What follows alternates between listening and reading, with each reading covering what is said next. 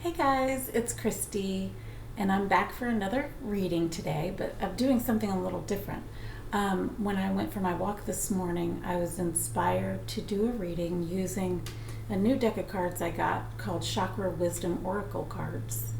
That's how they look. They come with a book, and I thought it would be a great way for us to focus on one energy center in our body today and talk about what it represents and how we can work with it to enhance our lives.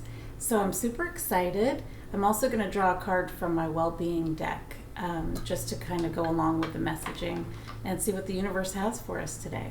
I'm going to go ahead and light my meditation candle. Hope everybody's having a wonderful day.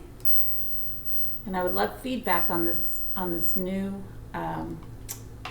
type of card reading using my new Chakra Wisdom Oracle deck. I'm going to take a sip of I have mushroom coffee today.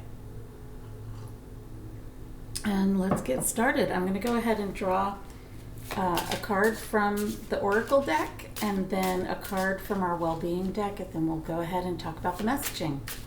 Thank you for being here. I really appreciate the support, and I hope you get as much out of this as I do. I love when I get messages when I go for my walks, because it's kind of like, today I'm doing something I've never done before, and it's exciting, a little out of my comfort zone, and that's how I like to live. So I read jumpers, so I'm just going to shuffle and wait for our message to come out, and then we will go ahead with our message. I love these new cards. So chakras, okay, there we go. Chakras are energy centers within our bodies. And there are meditations that you can do based on the different chakras. And there are different correspondences that we'll talk about. And it's interesting, I see which color chakra we got, and that's the one I've been working with lately, so very interesting.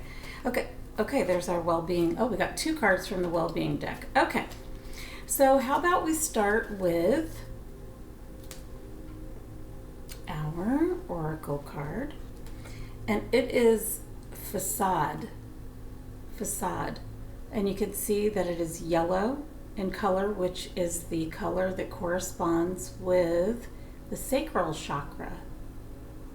Or is it the solar plexus? Let's get into the book. Thankfully, we have a book to go with this. So I'm going to go to the yellow section. Okay, let's see. Yellow.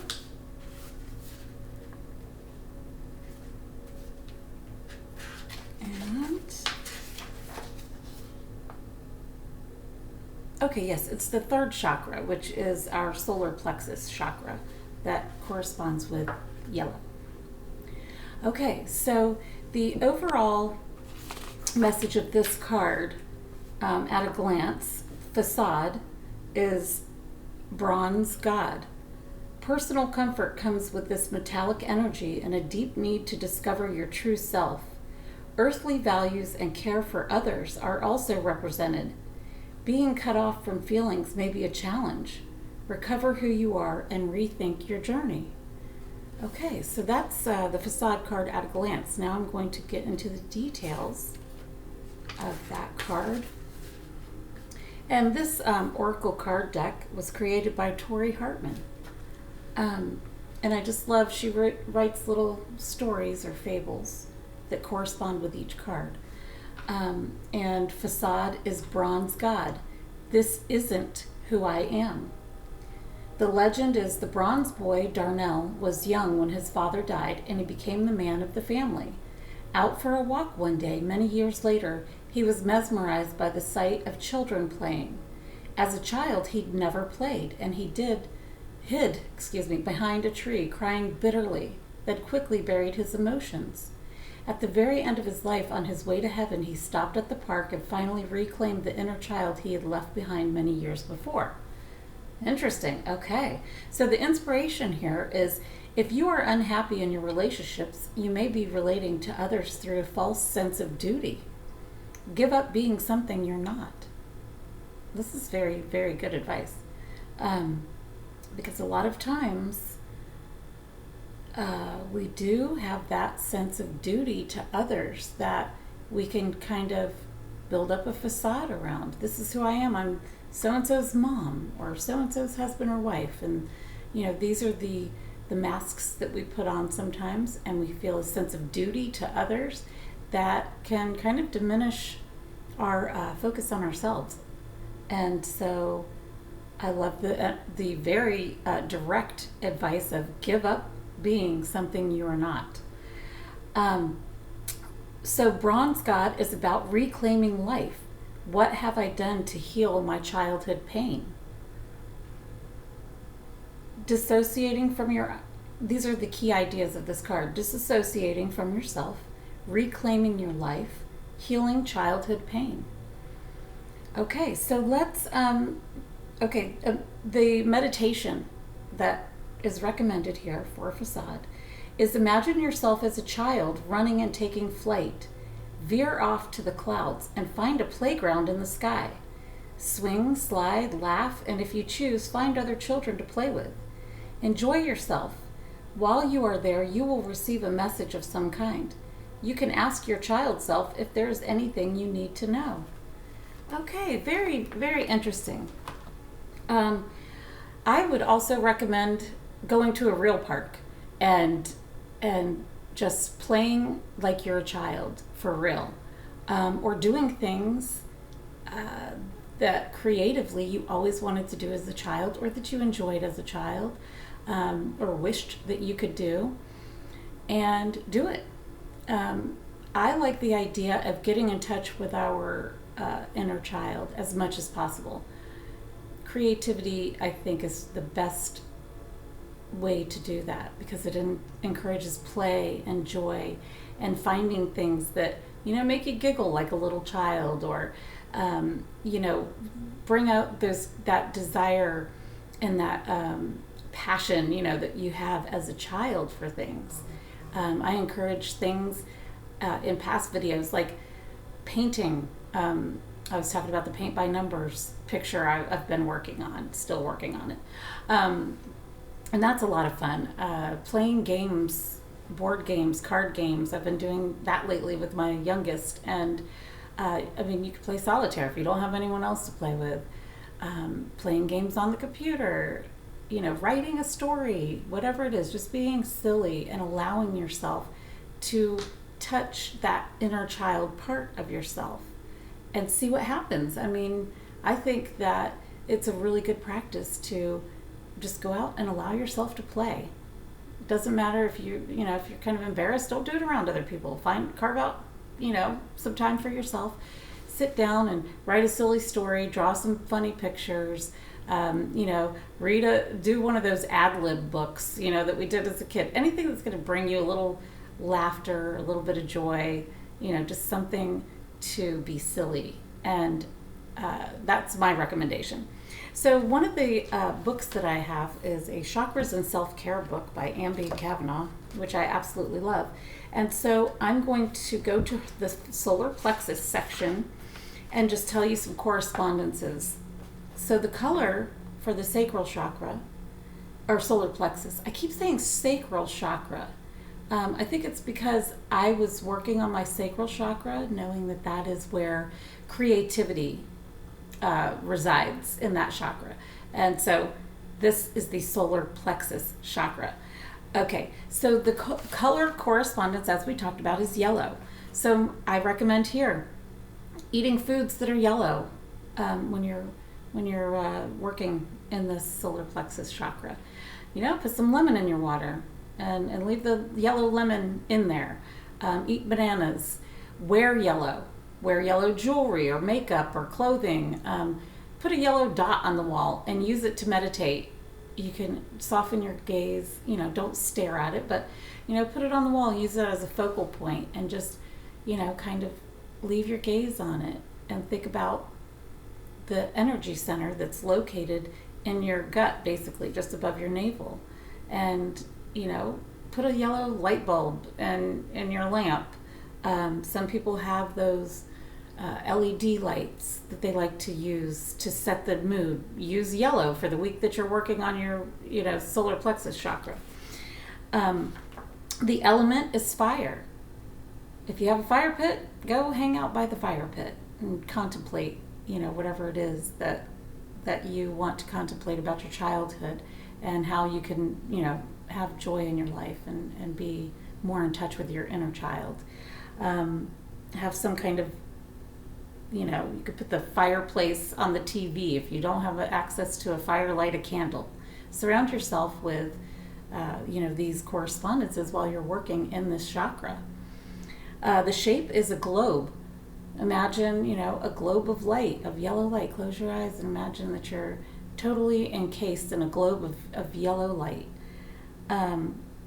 So the astrological signs are Leo and Aries, which are fire signs.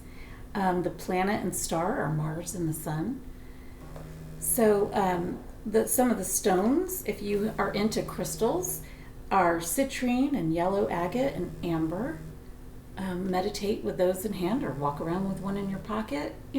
Just find different ways to integrate these items into your experience as you work in your solar plexus chakra. The essential oils are peppermint, ginger, lemon, and grapefruit. All right, I love this messaging. And, if you so choose to follow some of the advice that I've given, that would be fantastic and a great way to start exploring the energy centers in your body and, get in touch with that inner child. Have some joy and laughter. I'm going to have a sip of my mushroom coffee. Okay, now, messages from the universe through the well-being card deck. I thought that would be a great way to expand on our messaging.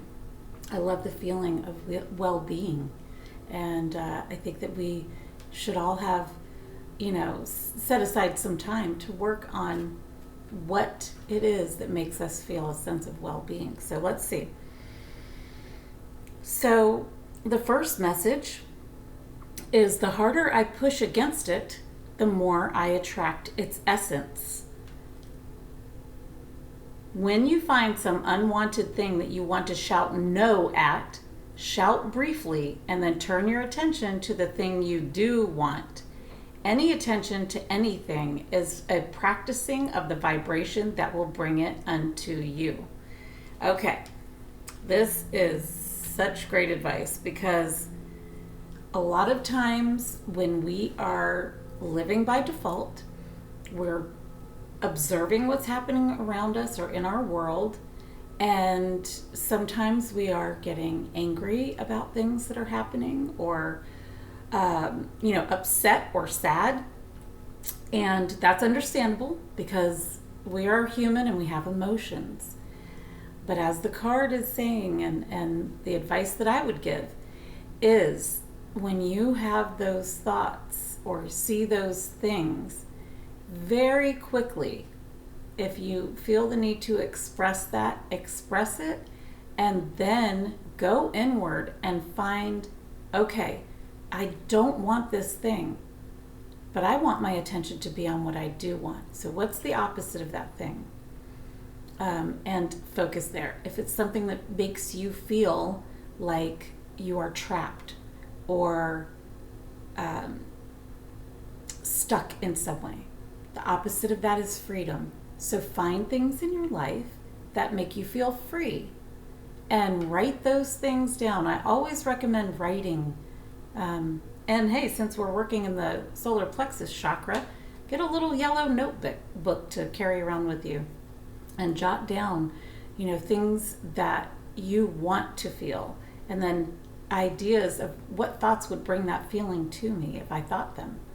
And what do I appreciate? Jot it all down, because as I always say, you could go back to that book as a reference in times of feeling negative and wanting to feel good. So that's what I would recommend, and that's what I feel like the message here of this card is.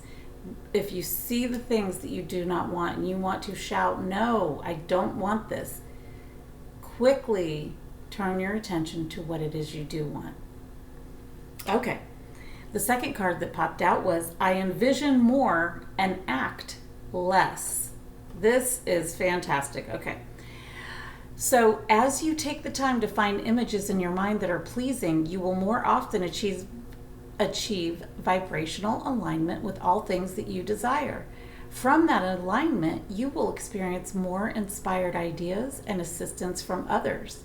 Inspired action is very satisfying and extremely productive. Oh my gosh, these two messages are perfect together. The one is, okay, we know you're going to see things in life that displease you. Experience that. Quickly change your thought to something that is going to bring you what you do want, the feelings you do want. And so this card is expanding on that, because I envision more is what we're talking about when we're writing things down and reminding ourselves of how we want to feel and what makes us feel good. So we're envisioning those things, and then we're not acting until we feel inspired to act based on those thoughts and feelings. So inspired action is very satisfying and extremely productive. So for me, that means less action bringing more results. So I love all of this messaging, and I hope that you got a lot out of this message as well. Hit the like button, subscribe to the channel, and I'll be back with more readings. Cheers, guys.